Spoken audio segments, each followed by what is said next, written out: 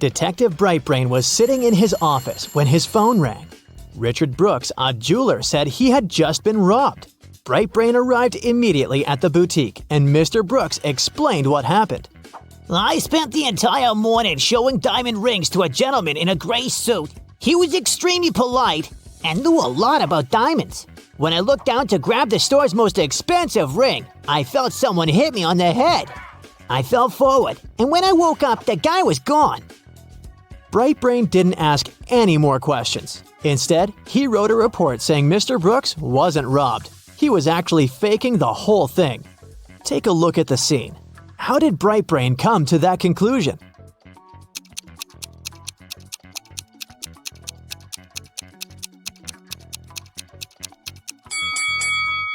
If Mr. Brooks fell forward, the weight of his body would have broken the glass counter in front of him.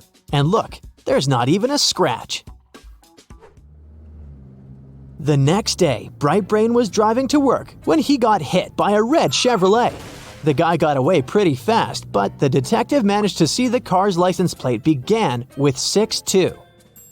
Back at the office, Brightbrain tracked down the possible owner of the vehicle, Mr. Neander. The detective arrived at Mr. Neander's house together with the police and immediately saw a red Chevrolet with a 62 license plate in the yard, but there weren't any signs of a collision. Brightbrain interrogated the subject, but Mr. Neander said, I swear it wasn't me. I haven't left the house in 2 days, and I can't use my car because I lost the keys a week ago. Brightbrain approached the vehicle and leaned on the hood of the car to peep inside. He immediately said, I know you're lying. How was Brightbrain so sure?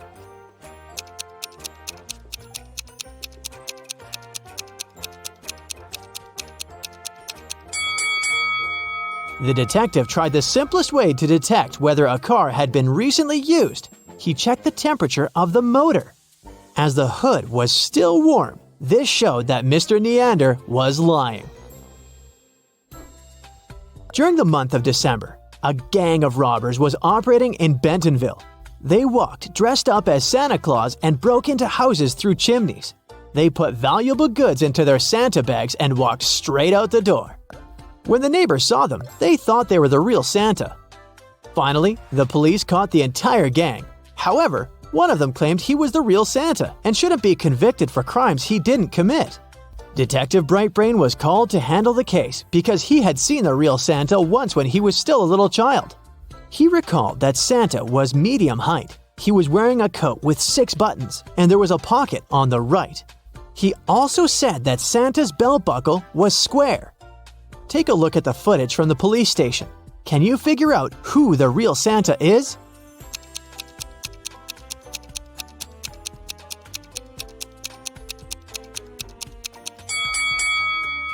It's the second one on the right.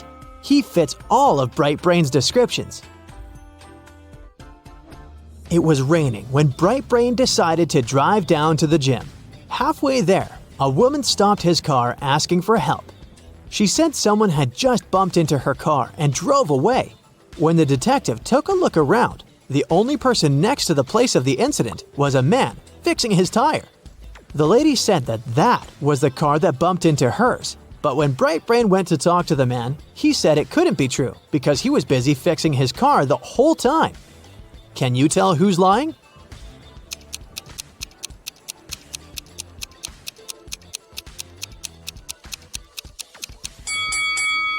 It's the guy fixing his car. The rain just recently started, which means that if he was fixing his car the whole time, the ground underneath it would have been dry. But look, it's wet.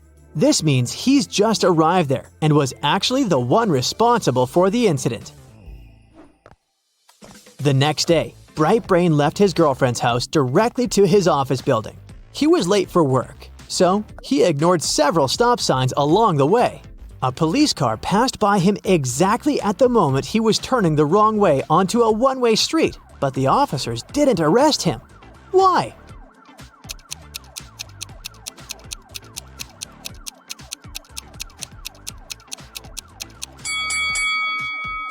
Because the detective was walking, not driving a car. Duh! Around 8 in the morning the next day, Detective Brightbrain was on his way to get coffee when he saw a robbery happen. A masked person ran off with a woman's wallet.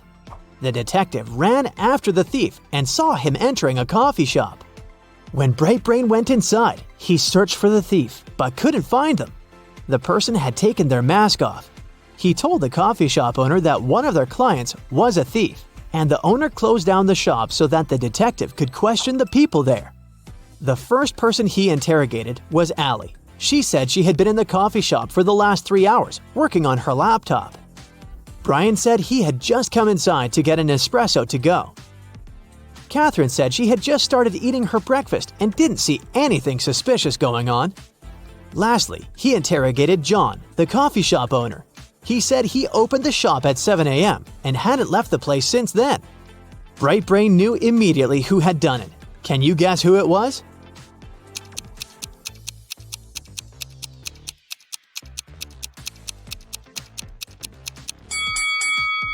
It was Allie. She said she'd been in the shop for the past 3 hours, but the shop had just opened at 7 o'clock. At his office, Brightbrain received a strange text message from his workmate, Harry. The text said, "Zucchini is in the fridge. Otherwise, I'm fine. Okay?" The weird text made the detective think there was a message hidden inside. After a few minutes, he found a hidden word in the message. Can you guess what it was?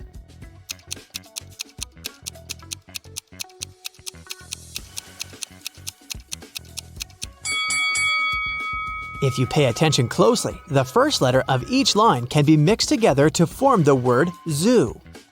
Quickly, Brightbrain grabbed his things and drove to the local zoo. He arrived at the zoo and immediately saw the entrance to a secret passageway. The passageway led him to a network of underground tunnels. At the entrance to the first tunnel, there were venomous rats. At the entrance to the second tunnel, there was an explosive about to go off in 5 minutes. And at the entrance to the last tunnel, there was toxic gas. Which tunnel should he choose?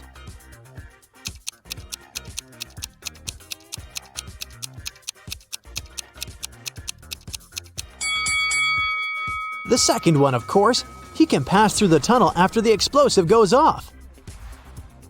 At the end of the tunnel, he found himself in a dark room. As soon as he entered, the door locked behind him and he was stuck. The room was empty except for another door at the other end of the room. That door was sealed with a letter combination lock. There was a slip of paper with the following hint written on it: P plus 3, N minus 1, B minus 1, N plus 4, S plus 1. What's the code word?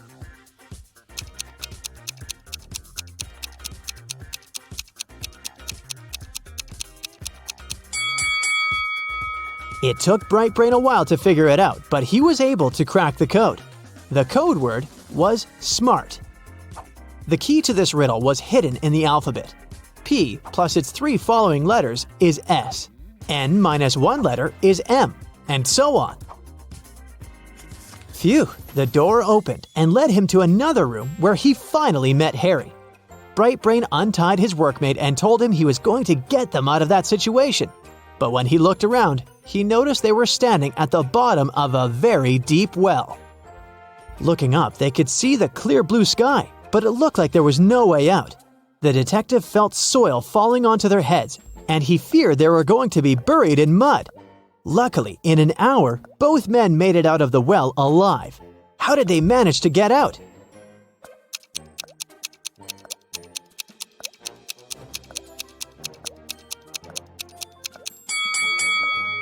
They managed to tamp down the soil that was falling into the well.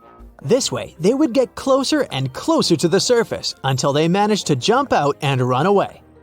That's it for Brightbrain's adventure today. That was a lot. Sarah was a famous guitar player in a popular rock band. On Friday, the band was going to have a big gig. Sarah's bandmates were waiting for her, but the girl was very late. Eventually, she did show up, but the band members spotted there was something off with her. That's when Kyle, the lead singer, shouted, "That's not Sarah! It must be Anna, her identical twin sister!" As it turns out, Anna locked Sarah in her bedroom. stole her guitar, and showed up to play the gig in her sister's place. Take a look at Anna. How did Kyle figure out that she wasn't Sarah?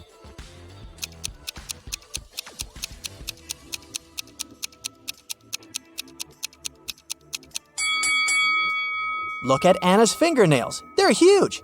As a guitar player, Sarah always kept her nails pretty short. That's a common practice, you know, in order to play better.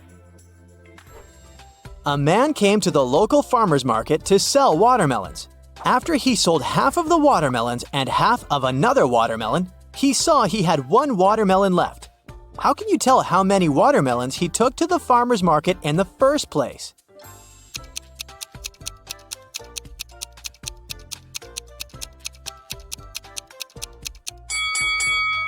He went there with 3 watermelons. Cheryl ran into her house extremely worried. "I set off as soon as I heard the news," she told a police officer. "I was at my parents' house in another town. What happened to my husband?" "Well," the police said, "somebody hurt Mr. Brown and he ended up in the hospital. He's going to be okay, but we still need to find out who did this to him." The police officer has questioned 3 suspects so far. Mr. Brown's secretary said, "I was sent to visit Mr. Brown's business partner in the morning. Some important documents needed signatures." The cook said, "I haven't left the kitchen today. Mr. Brown wanted me to prepare a meal for him and his wife." The housekeeper said, "I didn't hear anything. I was doing some household chores all day long. After that, I was so tired. I decided to take a nap." The police officer realized who the culprit was in no time. Can you figure out who did it?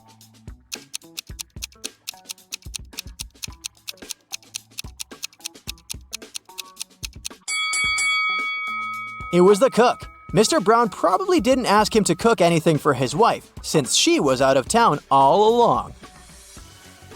These are Julia and Maria. They are both very attractive young women that have no trouble finding boyfriends. Today is Valentine's Day, and they're both going to hang out with their loved ones. One of them is currently dating 3 people, though. So she's probably going to run from date to date. Just by looking at this image, can you tell which one it is?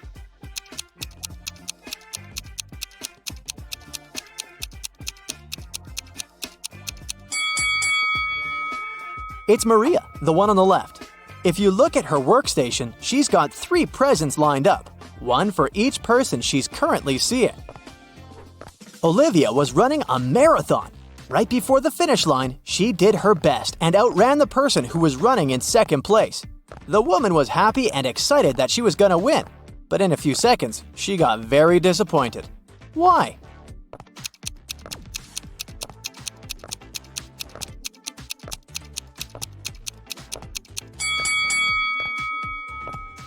Because Olivia finished in second place when she wanted to finish first.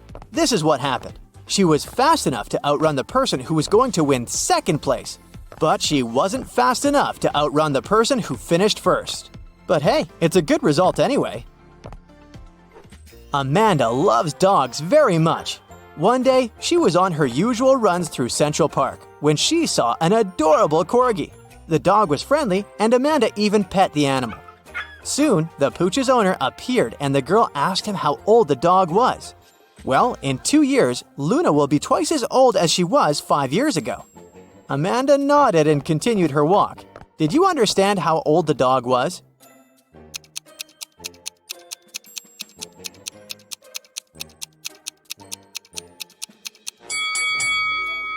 Luna is 12 years old. Not so hard to figure that out, huh?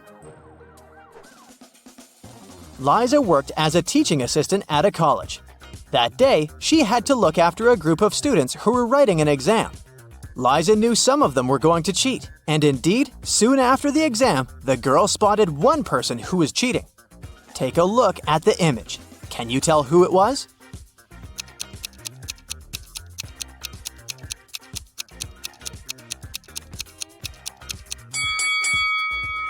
It's the guy in the back of the classroom. He's got the answers written on his arm. What an old-fashioned way to cheat. Hey! Jake wakes up locked up in a basement. He has no idea how it happened or who's behind this. Near his bed, he finds a note. The note said, 2 plus 2 equals fish. 3 plus 3 equals 8. 7 plus 7 equals triangle. Explain this and you'll be free. Can you help Jacob get out of the basement?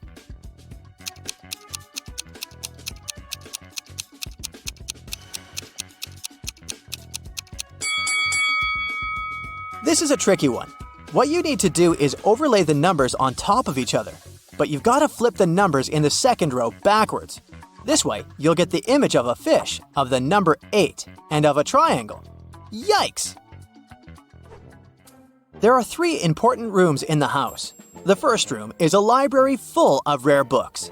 The second room stores piles of money and gold. And the third room has boxes full of expensive jewelry in it.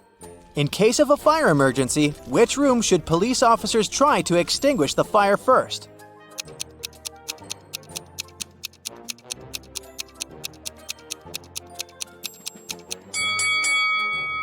The correct answer is none. Policemen don't fight fire, do they? That's the job of firefighters. Detective Hugh was called to arrest a notorious thief known by the name Pinkface. He was a master of disguise and magic tricks and had been on the run for years.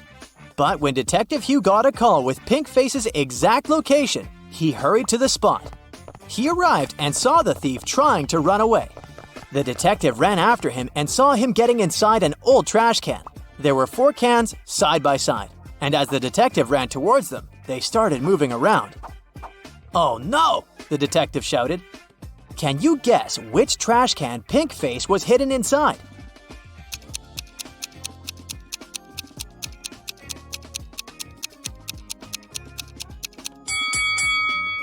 It's the third can on the right. Let's watch a quick replay.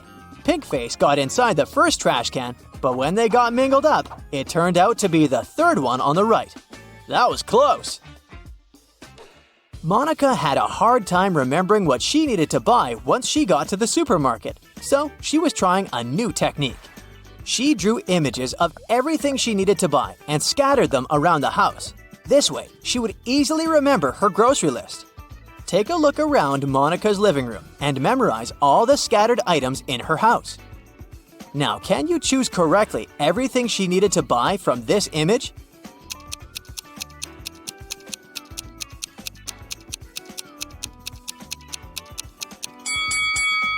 Yep, bananas, tomatoes, avocados, grapes, cilantro, limes, and watermelon. You got it! John was trekking in the woods when he found the entrance to a cave.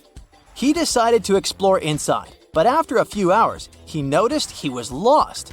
Suddenly, he found 2 possible exits, but each tunnel had a guard on the door. One of the guards told him that both of the tunnels led to traps. John asked the other guard if he could trust his information, and the guard said no. In that cave, only one guard told the truth, while the other always lied. To verify which guard was telling the truth, John decided to ask them both the same question. Which question did John ask the guards?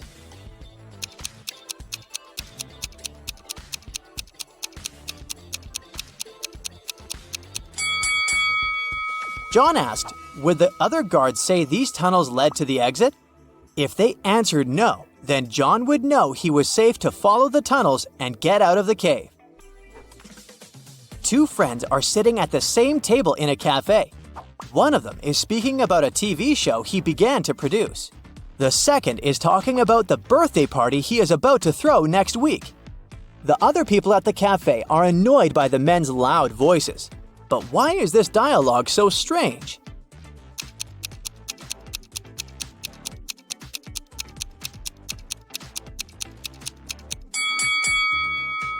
Well, these 2 guys aren't speaking to each other. They're talking on their phones through headphones.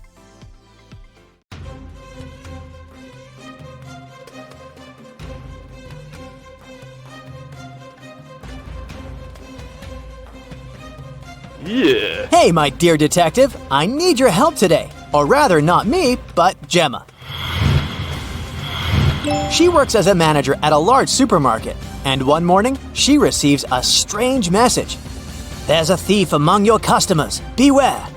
Gemma runs out of her office and sees 3 people who look suspicious. Can you help Gemma figure out who the real shoplifter is?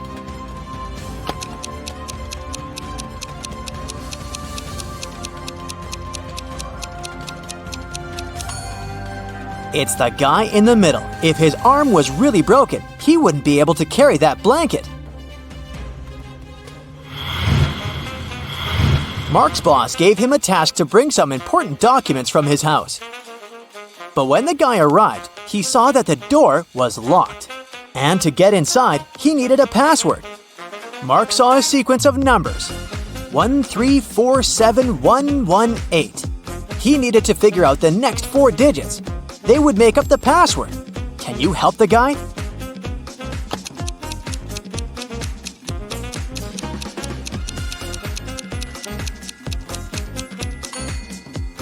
One and 3 together gives us 4, which is the next number. 3 and 4 are 7. Here it is. 4 plus 7 is 11. Then 7 plus 11 is 18. So the next digits are 2 and 9. 29. Since that's what you get when you add 18 to 11. And 18 plus 29 is 47. So the password is 2947. Detective Lars was chasing a criminal who had robbed a jewelry store. But the criminal managed to hide in a women's clothing store and put on a female outfit. Can you help the officer find the thief among these ladies?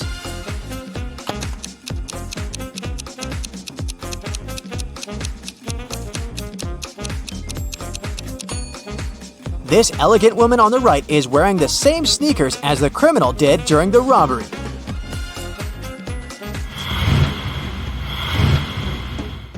Lauren was an archaeologist exploring ancient pyramids.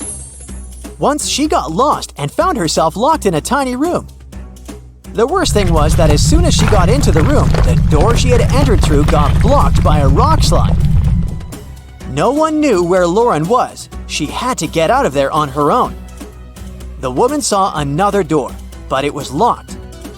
To open it, she had to solve a riddle and enter the correct 4-digit code. Can you help Lauren figure out the code?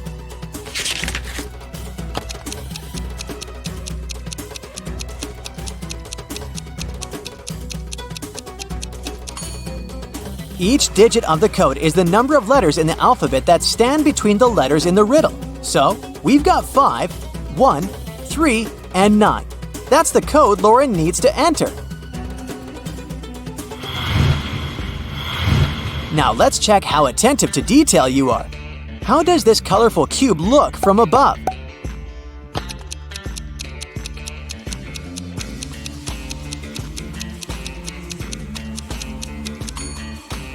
The correct variant is picture number 4.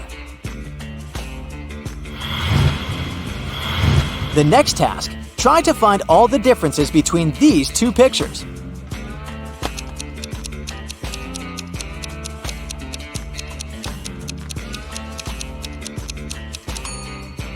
If you found 3 differences, congrats! Even Sherlock Holmes would be jealous of your attention skills.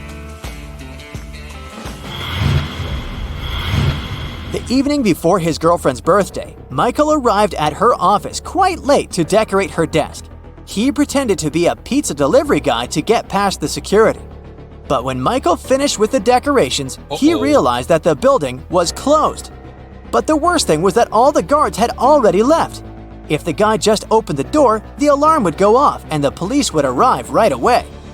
Michael found a locker with a few tangled wires inside. One of them turned off the alarm, another was responsible for fire detectors, and the last one turned the cameras off. Which wire should the guy cut?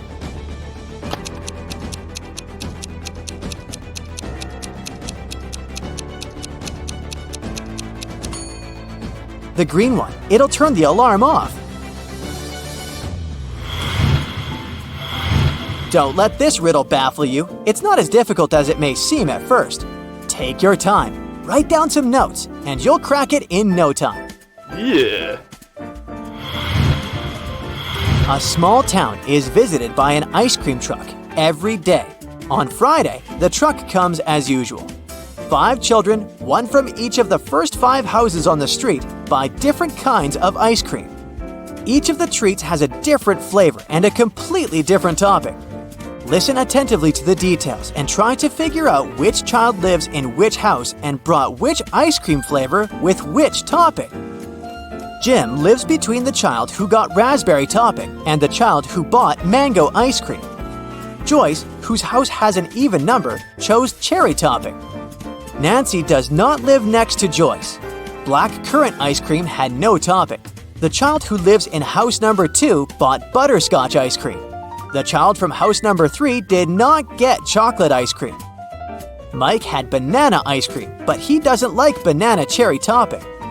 The child who had cashew topping lives in house number 5. Dustin does not live in house number 4. Keep in mind that the odd number houses and the even numbered houses are located on opposite sides of the street.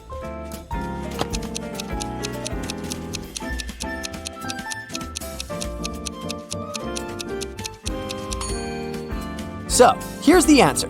Jim lives in house number 3, and he bought blackcurrant ice cream with no topping. Dustin lives in house number 2, and he got butterscotch ice cream with banana cherry topping. Nancy lives in house number 5, and she had mango ice cream with cashew. Joyce lives in house number 4, and he bought chocolate ice cream with cherry topping. Mike lives in house number 1, and he got banana ice cream with raspberry.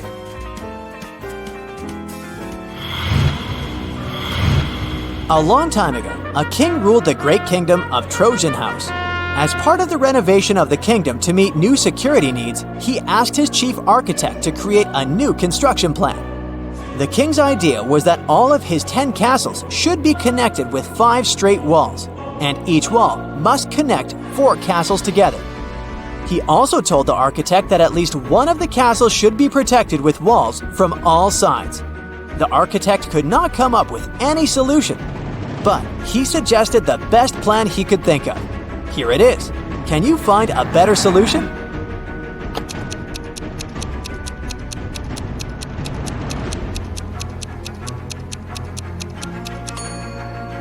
That's the solution the king will like much more. As you see, in this case, not 1 but 2 castles are protected from all sides.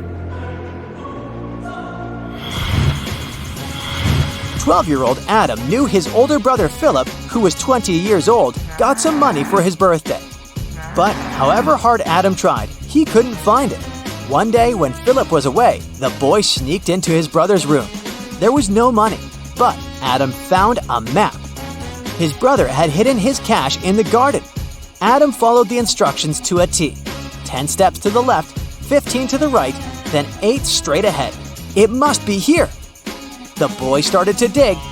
He wasted 2 hours and still found nothing. Did Philip trick his brother?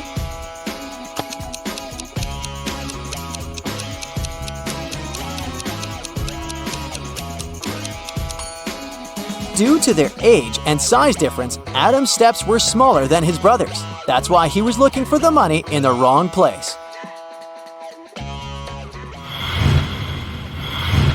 Jason, a rich traveler, stayed in a small but expensive hotel at the seaside. During a severe storm with gale-force winds, there was a blackout. The whole area was plunged into darkness. People stayed without electricity for at least 2 hours. The problem was finally solved. But Jason discovered that during the blackout, someone had taken his wallet with a lot of cash and his credit cards. The police arrived and questioned the people who had been in the hotel at the time. Justin, the receptionist, told the detective he had been in the basement. He was trying to start an emergency generator. Unfortunately, he didn't succeed. Nicole, another guest, said she had arrived an hour before the blackout. She was exhausted. She lit several candles, unpacked, cleaned herself, and went to bed. Gregory, the hotel driver, said he'd been at the airport. A new guest had arrived and he went to pick them up. The police immediately figured out who was lying. Can you?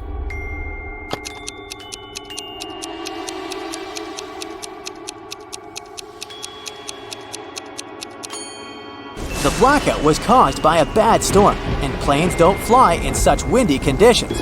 Then how could someone arrive by airplane? Gregory lied. Look at this picture attentively and try to figure out what's wrong here.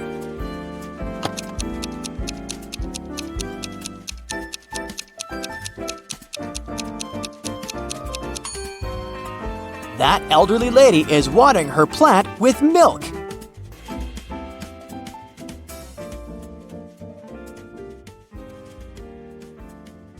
Becky attended her high school reunion last weekend. Hello. All of her friends seemed to be doing really well in life. Connor showed up wearing clothes from expensive brands. Hello. Matilda had not just one, but two of the latest smartphones. Oh. Tom showed up in a fancy sports car, and Beth was wearing a luxurious watch on her wrist. Take a good look at Becky's friends. Can you tell who is really rich?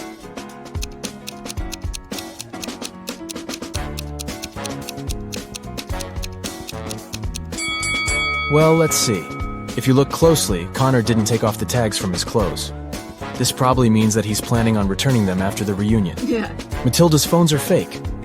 Look at the label. It's just a copy of the original brand. Ah. And Beth's watch is way bigger than her wrist, which means that the watch is not really hers. So, Tom is probably the richest person at the reunion. Oh, yeah.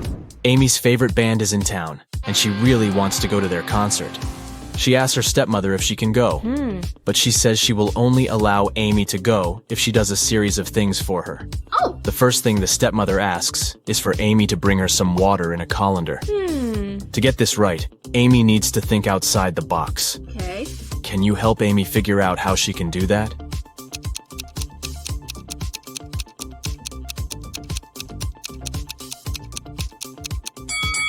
Amy needs to freeze some water and put the cubes in the colander. Yeah. Technically, frozen water is still water, right? Next, her stepmother asks Amy to pick out the perfect evening dress for her. Amy walks into her stepmother's closet, and there are 3 dresses, a red, a green, and a blue. Take a look at the picture. Which dress should Amy choose?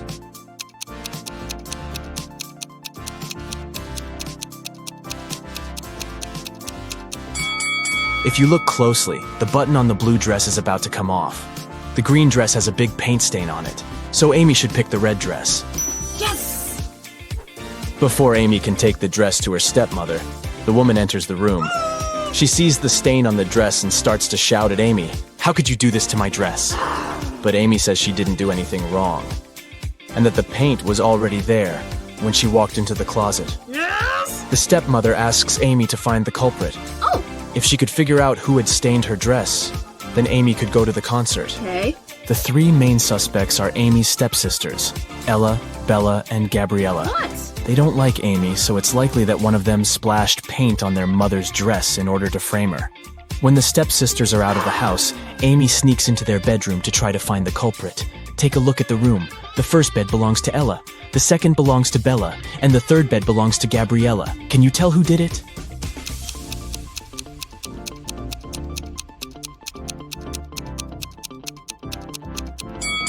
It was Gabriella. Her bed is the third one on the left. And if you look closely, it has a bucket of paint under it. Emily and Barbara are getting ready for a girls' night out. Yes. They are putting on makeup and getting their hair done. They have pretty similar tastes, and their things look pretty much the same. But one of them has more money than the other. Oh. Looking at the image, can you tell which one has the more expensive stuff?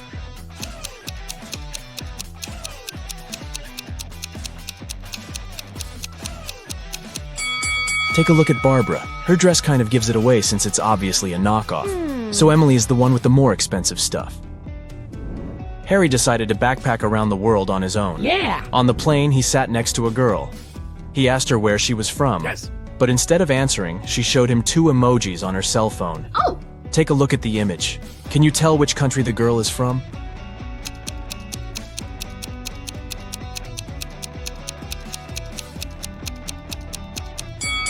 Let's see. That's an iron and a piece of land. I guess she's from Ireland? As soon as Harry landed in Paris, he went strolling along the streets to find a place to stay. He found a cute little hotel and decided to go inside. Big mistake. Why?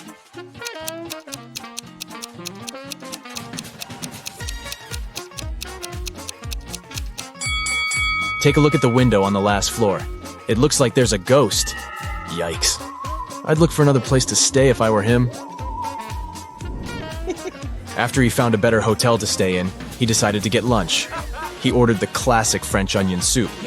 But when his dish came, it was filled with cockroaches. He called the restaurant's manager to tell them about the incident. The manager said, "This is unacceptable. I will find the person who did this and fire them immediately." There were 3 suspects. The cook said that he had prepared the soup as usual. It was okay when he passed it to the waiter. The waiter said that he hadn't touched the soup. He just served it to Harry and hurried to take the order from another table. The manager also questioned the cleaner, who said that he had spent the last hours cleaning the bathroom and had no idea what the fuss was about. Can you tell who is guilty?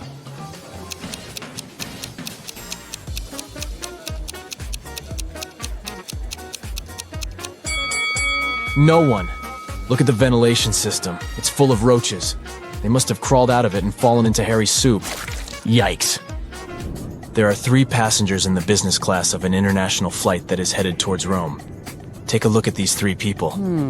The first lady looks pretty well dressed. She's wearing a luxurious designer handbag and is texting on her expensive phone. Hello. The guy in the middle is working with stock charts on his laptop, and the third guy is enjoying a cup of coffee while reading an article in the Financial Times. Can you tell which one is the real billionaire?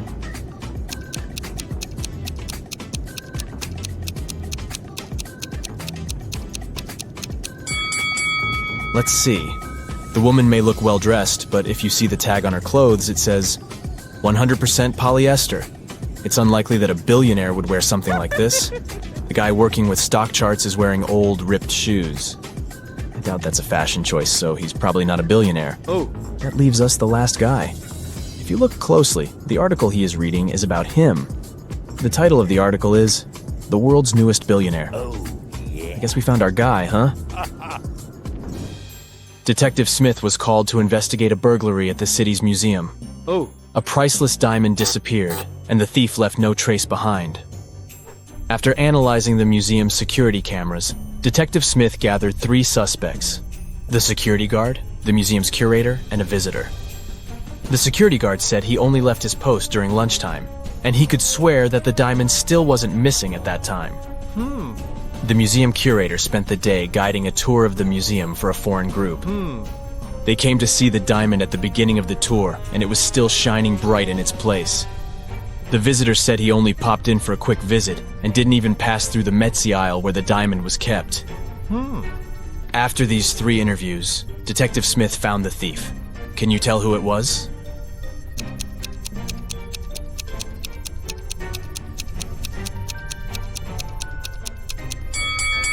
It was the visitor. First of all, he knew the exact location of the diamond inside the museum. Plus, take a look at that string he's fiddling with in his left hand. Detective Smith pulled it from under his sleeve and voila, the diamond was attached to it. I guess he didn't have time to go home and get rid of the diamond, huh? Julie and her friends decided to spend the weekend at a cabin in the woods. They arrived on Friday evening and spent the night playing board games and telling spooky stories. When they woke up on Saturday morning, they found that someone had stolen all their food supply. The door's glass was shattered, but other than that, there were no signs of who could have done it. So the group decided to search the surrounding woods to see if they could find the culprit. Take a good look at the scene the group stumbled upon and see if you can find out who took their food.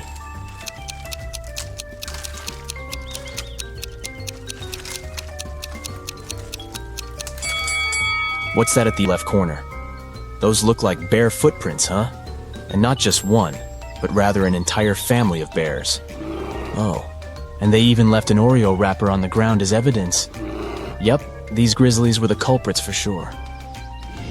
Atlas woke up in the attic of an abandoned house. He tried to find a way out of the house, but all he could find was a room with 3 doors.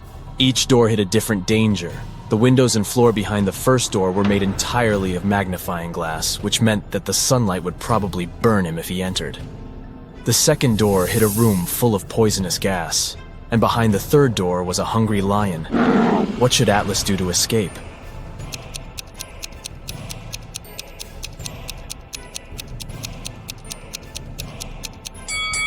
He should wait until it's nighttime and use the first door.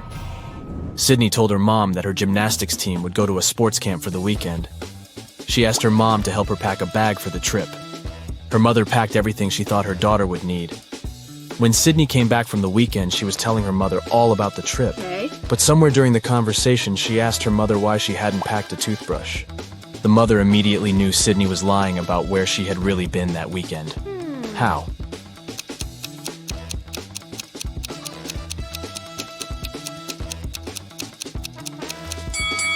Because Sydney's mother did pack a toothbrush, but she put it under Sydney's gymnastics clothes. If Sydney had really gone camping, she would have used the clothes and found the toothbrush. Kimberly discovered 3 bags in an old attic along with a note. The note said that there were $1 million inside one of the bags. It also said that the 2 other bags were empty. She only had one chance to figure out which bag had the cash, and she could trust that one of the messages written on the bags was true. On the first bag, it said, "The cash is not here." On the second bag, it was written, "The cash is not here." The last bag read, "The cash is in the second bag." If you were Kimberly, which bag would you choose?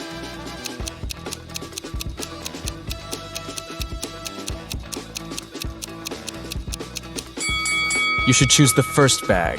If only one of the clues is true, then the money is in the first bag. The police have been after Mr. Burke for many years, trying to prove he's involved in illicit activities, but they never managed to catch him. One day, Detective Lawrence decided to make a surprise visit to Mr. Burke's office. As soon as the detective arrived, Mr. Burke's secretary said he was away on a business trip. The detective asked to see Mr. Burke's office and took a picture of it, but he wasn't allowed to touch anything without a warrant. So, Detective Lawrence went back to the station and got a warrant. When he returned to Mr. Burke's office, he noticed someone had been in there. Take a look at both pictures and try to find out what Detective Lawrence saw.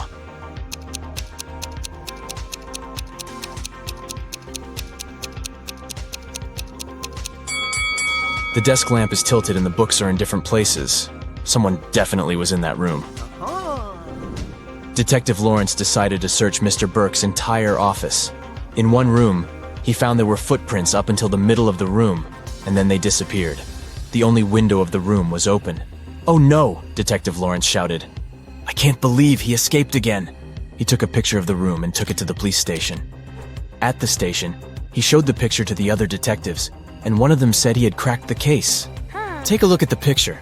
How did the detective solve the case?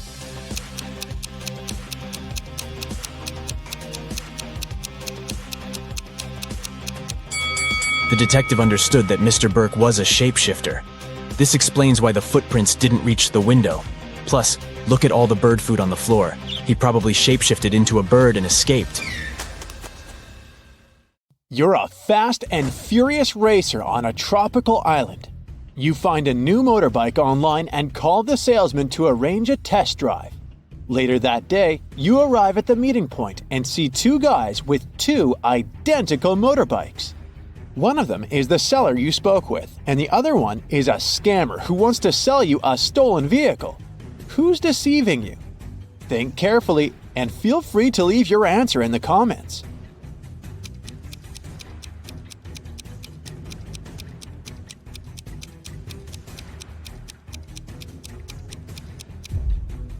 The salesman text message has the logo of his motorcycle store. The guy on the right has a baseball hat with the same logo.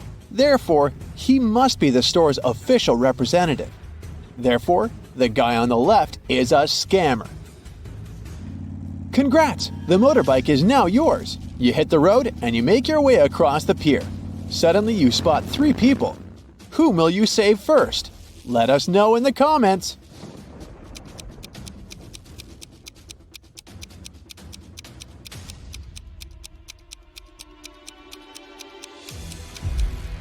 The teen is playing with a rattlesnake, which looks pretty dangerous.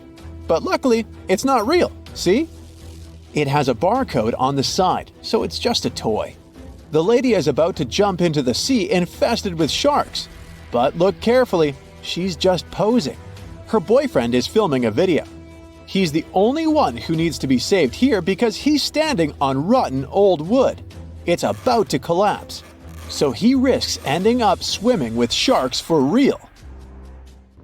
You save the day and continue your ride. Oh no! The main road is closed for repairs. So you only have 3 options to return to your bungalow.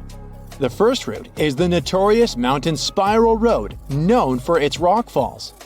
The second road is flat, but it leads through a jungle inhabited by crocodiles. And the third road is half flooded because it lies through the old cursed swamp. Which way will you choose to stay alive? Don't forget to share your answer in the comments section below.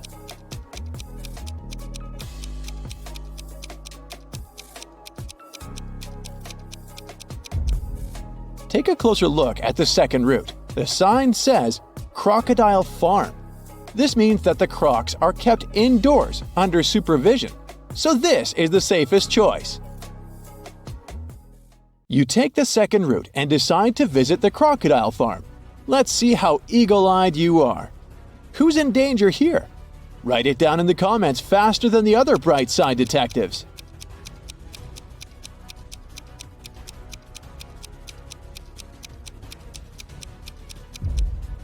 This tourist has crossed the barrier.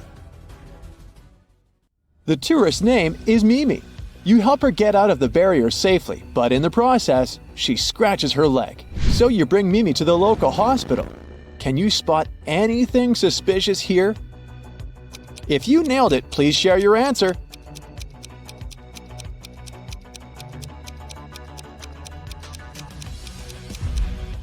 Easy peasy. The windshield of this ambulance car is covered with white paint. You enter the building and face 3 surgeons in the lobby.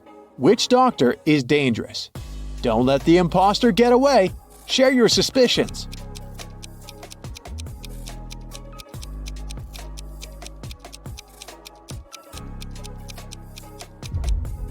The first doctor is sleeping, but maybe she's just tired after a long shift. The second lady doesn't wear any gloves, but it's not a crime. She's having a coffee break. Meanwhile, the third lady's nails are too long and fancy for a surgeon's work. And she brought an open medical syringe to the lobby, which is not very hygienic. The doctor takes Mimi away. You decide to have a walk around the hospital and face the following scene. 2 greatest enemies, Gia and Kai, wake up simultaneously in a hospital room. Both immediately grab the scissors and try to cut each other's IV drips. Who's more likely to survive? Think carefully and tell us your answer in the comments.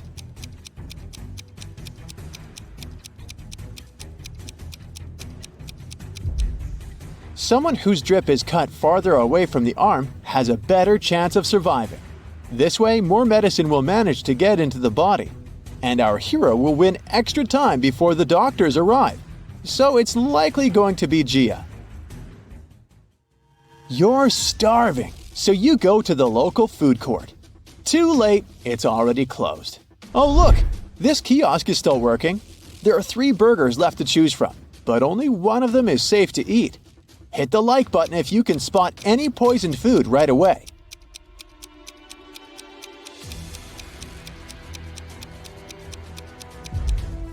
The first burger was cooked 5 days ago, according to its tag. No, thank you. The third one was prepared today, but there's a fly sitting on the meat. Flies can spread diseases. Only the second burger, which is packed in cling film, is a safe option. Does anyone have a better answer? Feel free to share. The next day, you go to the local beauty salon to get a haircut.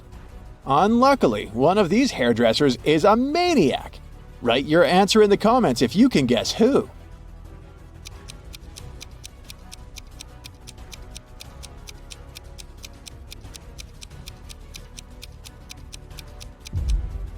It's the second hairdresser. The fire haircut technique is pretty normal these days, but he's also hiding an axe in his pocket, which is far from normal. Busted! Your haircut is done, and now it's time to chat with your buddies. They send you some selfies. Sally is getting ready to skydive. Bobby is taking a yoga class. And Caleb is riding an ATV through a desert. Who's least likely to survive?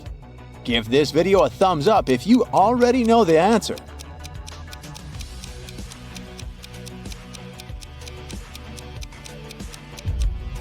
Although Bobby is twisted in an incredible position, His teacher is watching his back. Scorpions are no threat to Caleb unless he gets out of his vehicle. But take a look at Sally's picture. There's lightning in the sky. It's not safe to skydive in a thunderstorm. You're walking in the jungle and find 3 banana palms. One of them is poisonous. Can you guess which one?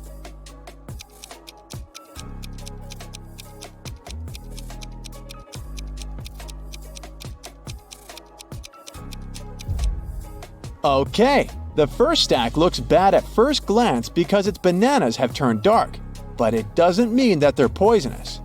The third palm has the fewest bananas, so probably many people were eager to eat them. But take a look under the second palm. Someone picked a banana, took a bite, and then just dropped it on the ground. That's suspicious. So, this is the dangerous palm.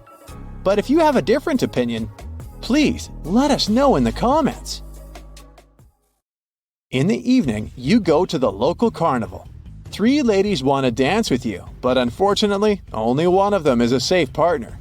Can you guess who's dangerous? Think carefully, and don't forget to share your thoughts in the comments.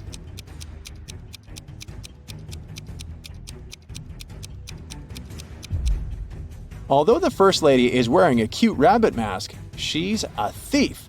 She's sneaking a phone from a guy in the crowd. Take a closer look at the third lady. A broken glass bottle sticks out of her pocket. It's not very safe to dance around her. Thus, only the second lady is safe. There are 3 routes you can take. The first path is covered with hot coals. The second with gross worms and toads. The third one with beautiful roses. Which path would you choose? Be sure to let us know in the comments.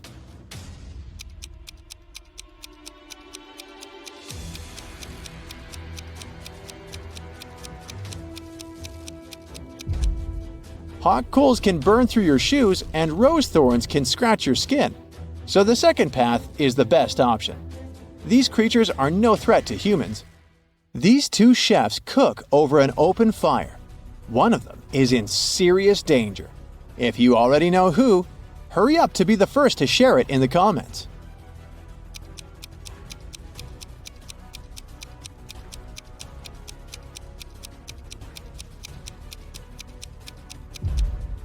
Well, take a closer look at the first chef. His scarf is already smoking.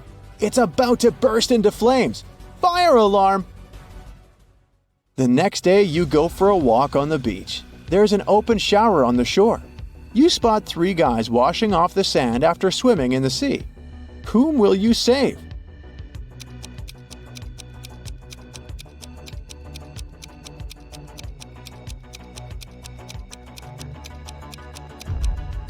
The third guy is in danger. Take a look at the bottle he's using to wash his hair. It says Bleach. Bad idea, buddy. Hit the like button if you nailed it.